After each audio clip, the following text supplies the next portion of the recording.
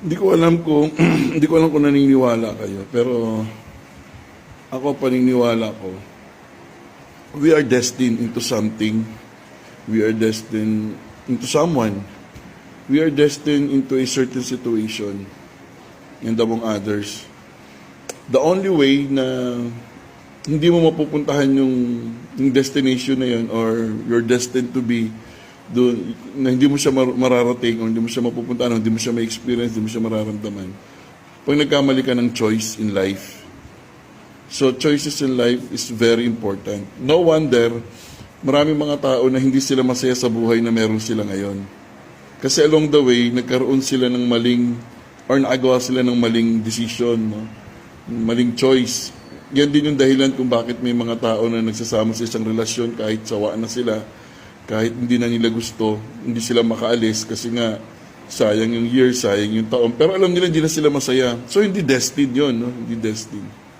So ganun din sa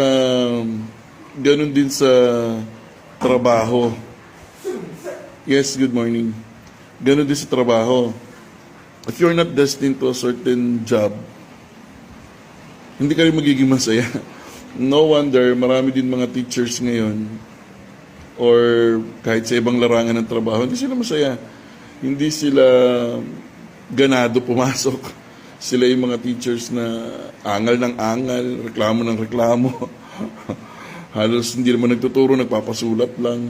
No, walang connection sa estudyante. Kasi nga, alam nila for a fact, hindi sila destined para maging teacher. Nagkamali sila ng choice. It's either second option nila yon. It's either pinag-aral sila para maging teacher. It's either sinabi na mag-teacher ka na lang. Although hindi yun ang gusto niya at hindi yun ang pangarap niya. So, ito ang gusto kong i-point. Pag hindi ka masaya sa sitwasyon na meron ka, sa relasyon na meron ka, sa trabaho na meron ka, isa lang ibig sabihin nun, you're not destined doon sa ganung sitwasyon, sa ganung relasyon, sa ganung trabaho. Para maging masaya ka at the end of the day, kinakailangan hanapin mo yun. Saan ka talaga nababagay? Saan ka talaga magiging masaya? Kasi malalaman mo lang na nandoon ka na sa destination or you're destined doon sa isang sitwasyon, sa isang relationship or trabaho pag masaya ka at excited ka lagi. Ako for almost ilang taon na akong teacher, no? Alam ko I am destined na maging teacher kasi lalo na every Monday excited akong pumapasok. Halos wala akong late mula na nagsimula akong maging teacher. Sa ilang taong teachers na ako, wala akong late, wala akong absent, lagi ako excited.